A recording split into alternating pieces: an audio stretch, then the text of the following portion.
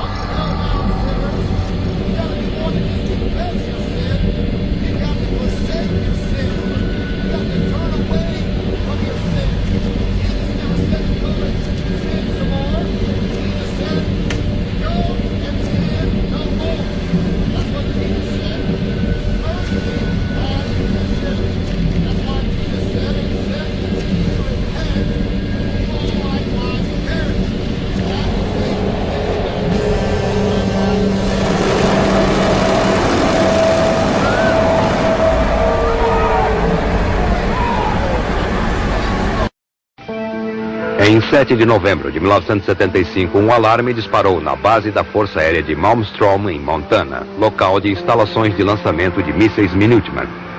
Um time de alerta de sabotagem foi imediatamente para o local, onde viu um disco laranja brilhante do tamanho de um campo de futebol pairando sobre a área.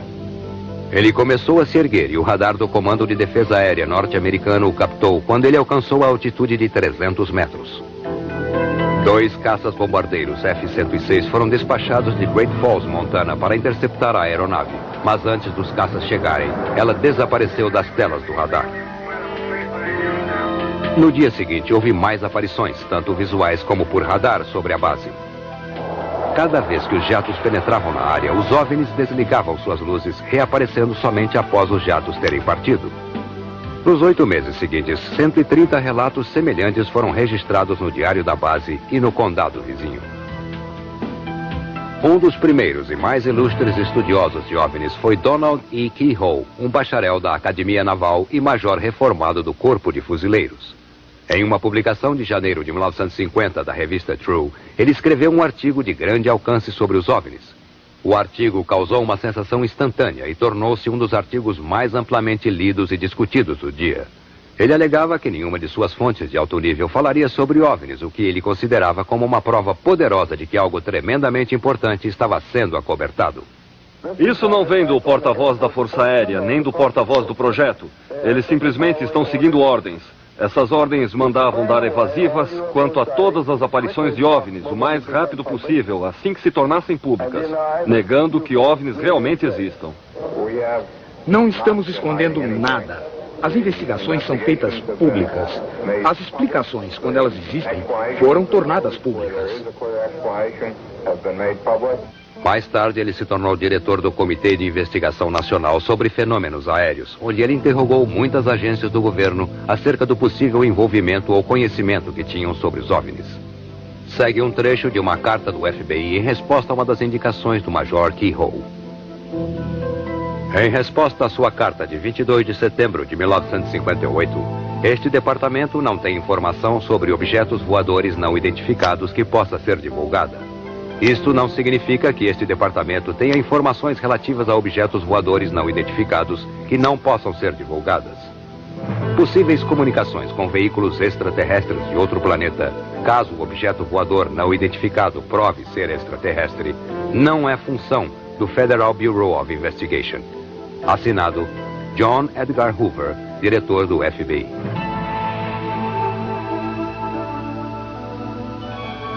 Há 6 categorias distintas de aparições. Encontros imediatos de primeiro grau, que se referem apenas à visão de um objeto não identificado. Encontros imediatos de segundo grau, que incluem tanto a aparição do OVNI, como também a prova tangível da aeronave ter passado pelo local, tal como marcas no chão, queimaduras na grama ou interferências em circuitos elétricos. Encontros imediatos de terceiro grau, que é o confronto direto com um ser ou entidade espacial, às vezes chamado de humanoide.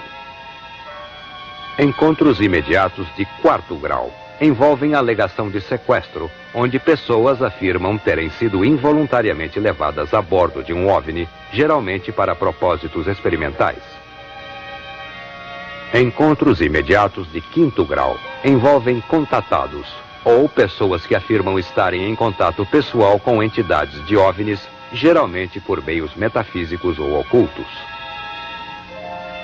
Encontros imediatos do sexto grau incluem ferimentos ou mortes resultantes de um encontro imediato com o OVNI.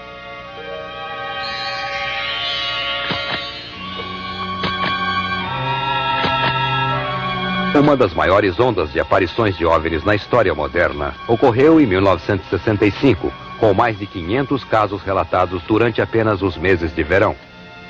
Um destes casos foi perto de Ann Arbor, Michigan, onde 50 pessoas e 12 policiais em 3 condados relataram ter visto objetos brilhando e cruzando os céus antes do amanhecer. Naquela noite, 87 alunas do Hillsdale College, perto de Ann Arbor, viram um objeto voando e emitindo luzes brilhantes por um período de cerca de 4 horas. A revista Life disse: "Chamem-nos como quiserem, discos voadores, objetos voadores não identificados ou ilusões óticas. Eles estão de volta e foram vistos por mais pessoas que nunca." Na semana passada, as manifestações pareciam quase ter alcançado as proporções de uma invasão. Em Washington, o líder da minoria da Câmara dos Deputados, Gerald Ford, solicitou uma investigação minuciosa. Assim, as primeiras audiências do Congresso sobre os OVNIs começaram com uma sessão de portas fechadas em 5 de abril de 1966. Chegaram à conclusão de que uma universidade importante receberia a tarefa de pesquisar os fenômenos dos OVNIs. A tarefa foi dada à Universidade do Colorado, e Edward Condon, professor de física, seria o diretor do grupo. Após muitas pesquisas, um relatório de 1.465 páginas foi elaborado por 36 autores a um custo de mais de $500 milhão.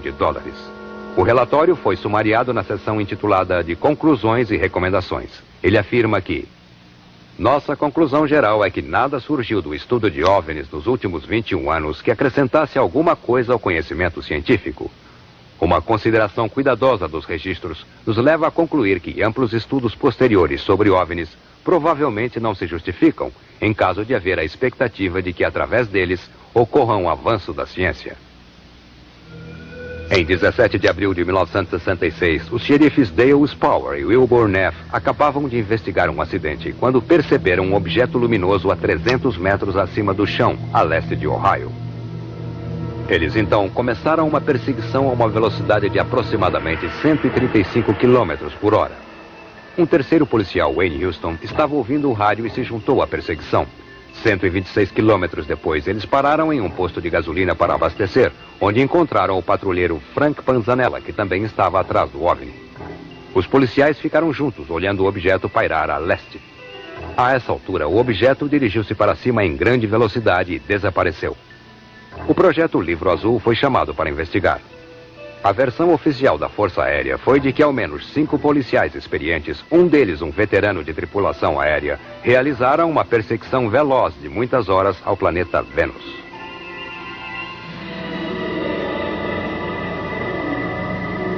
Por mais de 20 anos, de 1948 até 1969, a Força Aérea dos Estados Unidos esteve encarregada de investigar relatos de OVNIs. O primeiro estudo estabelecido em 1948 foi chamado de Projeto Signo. Suas conclusões foram que os OVNIs eram reais e calculavam que eles fossem aeronaves interplanetárias. O Pentágono censurou o relatório, acusando-o de uma fantasia de ficção científica. O próximo relatório, chamado de Projeto Relutante, foi criado no início de 1949 e devia ser realizado em segredo. Os críticos desta investigação se queixavam de que a Força Aérea queria controlar toda a pesquisa sobre os OVNIs e que sua autoridade superior parecia negar ou dar explicações vagas a todas as aparições.